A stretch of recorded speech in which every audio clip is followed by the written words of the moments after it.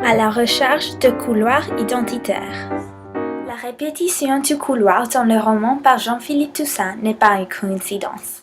Un couloir est décrit comme passage qui met en communication plusieurs pièces, appartements ou immeubles ou qui leur sert de dégagement.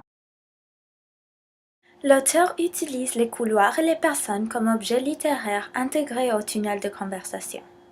Il y a 3 catégories: le couloir privé à Paris, le réseau de couloirs cachés ou secrets à Venise, et puis les couloirs publics qui mènent à la fin du roman.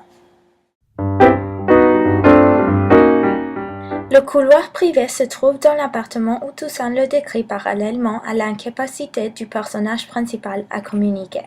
La description du couloir et l'interruption de la communication montrent que le couloir privé échoue à ouvrir une correspondance entre je et le monde. Ce couloir dans l'appartement est sombre et vide, un signe que l'échange n'est pas apprécié ou vu comme nécessaire.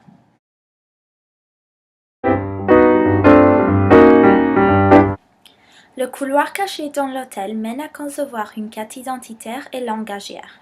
Le couloir est d'une course folle, qui entraîne Jeu dans une conversation absurde avec le barman, vers l'interactivité parfaite d'un couple français, et dans un autre couloir où il trouve un type de rapport unique avec Edmondson.